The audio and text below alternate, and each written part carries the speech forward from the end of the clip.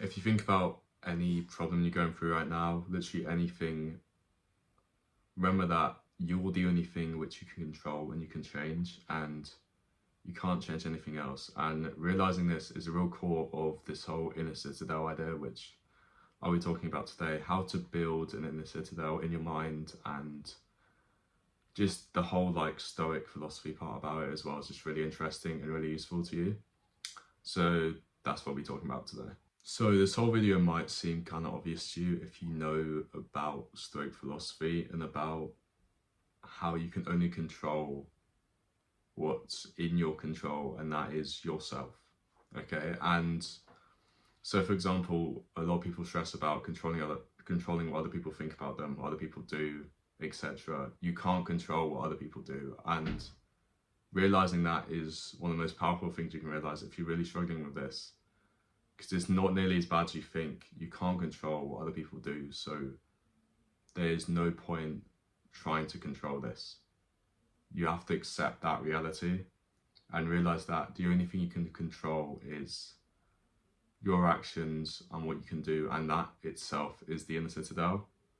And it's going to be tough for a lot of people to accept this and to realize this, but there is some practical advice I'll give later about how to actually do this and how to like build towards this inner citadel and build towards accepting the fact that you should just work on what you can control, which sounds so obvious, but so many people miss the point with this, and they still try no matter what to control what other people think, what other people feel about them, what other people do and say about them, when in reality, who cares?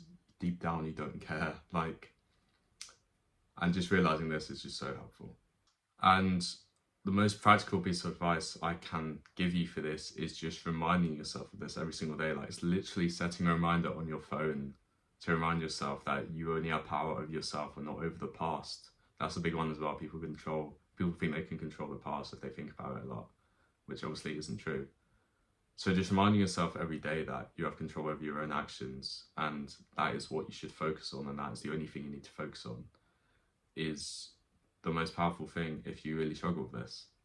So literally you could set a reminder on your phone, whatever, that kind of thing. And this kind of links a bit into like essentialism, which is this whole core philosophy about prioritizing one thing. So prioritizing one task instead of loads of others, instead of like a bunch of different tasks. So if you prioritize one task, you'll go way further with it than if you prioritize like, let's say 5 different tasks.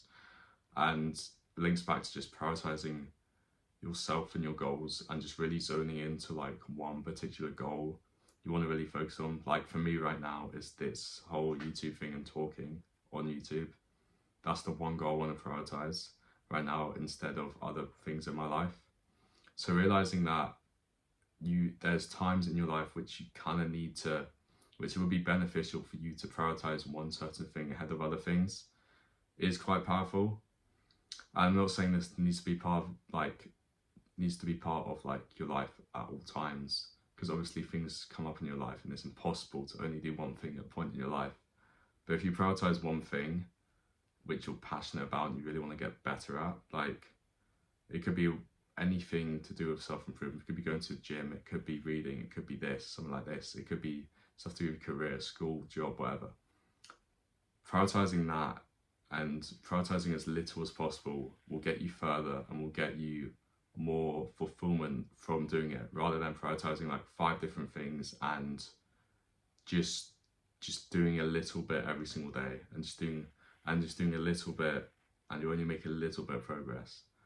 So obviously it's a double-edged sword. Obviously still do the habits you want to, but understand this whole prioritization, essentialism kind of thing. There's a really good book, which is literally what this whole thing's based on, about essentialism, which I definitely suggest to read. So realizing that and realizing that you have control over this, and it's just quite comforting and quite inspiring in a way. And just thinking about this for a bit will really help you in long term. So hope you think about this today, hope you learned something today, and subscribe for more videos like this. Thank you.